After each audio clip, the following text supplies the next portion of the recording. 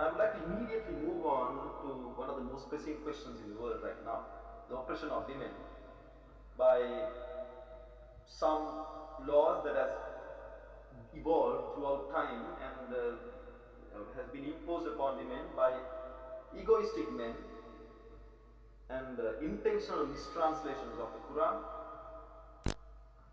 using of additional books other than the Quran, and the Quran is called the criterion. You call it the criterion, but you use other books because it doesn't fulfill your ego. Now the Quran says,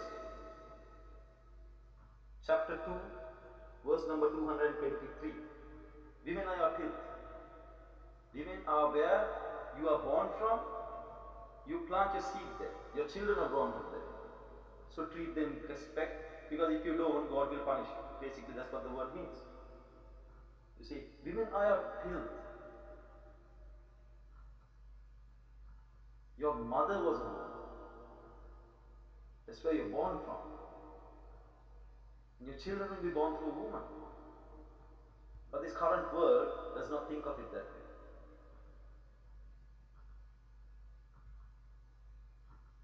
There is one passage from Sahih al-Bukhari. Everybody knows what hadith is. I will have to explain.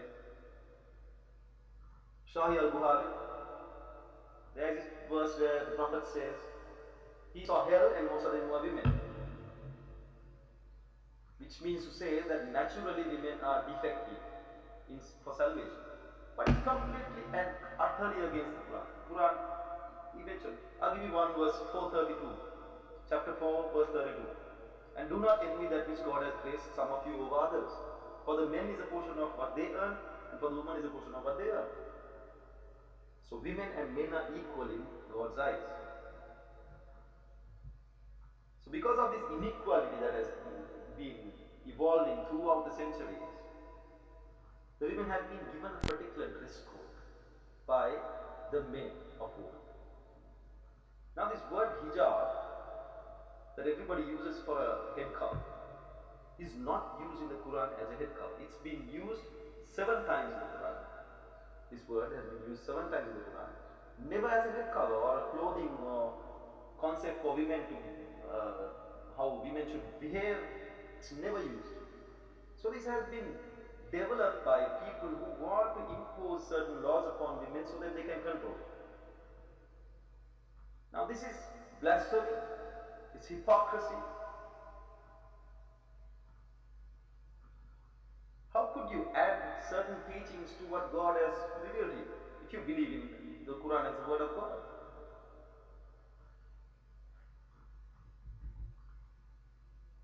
This concept of veil, hijab does not mean veil. I hope I have established that. I can give you the references of the Quranic verses. Chapter 19 verse 17, chapter 17 verse 46, chapter 7 verse 46, chapter 33 verse 53, chapter 38 verse 32, chapter 41 verse 5, chapter 42 verse 51. In all of these verses, hijab is used as a separation or a barrier, not as a piece of clothing or a dictation for how women should behave. It's not. Now this main verse that people use to propagate the head cover, and this, some people use it to cover their face and all of that, is verse 24:31 in the Quran, which has 2 words, kimruhinna and jubuhinna. Now this means kimr this is the same story as the word gay, as the word pig, where the meaning of the word has changed now. In the original old Arabic dictionary, you will see that the word kimr means a piece of clothing. You're supposed to cover your breast with the clothing. Jubihinna should be covered with a kimr. But the translators have translated it in a different way, where they want to put the word kimr as a head veil, which in the process of covering your breast, you will also cover your face. So this is an intentional mistranslation, because the original Arabic dictionary doesn't mean a headscarf. How can you translate it as a headscarf in the 20th century? Just because the meaning of the word has evolved now. it's clear. What this verse is saying is simple. Cover your chest with an extra piece of cloth. A khimar is a cloth that you can cover a chair, a window, or it doesn't say cover your head or hair. The word is ras. The word ras is not mentioned in it. So this is a concoction of men who translated the verse.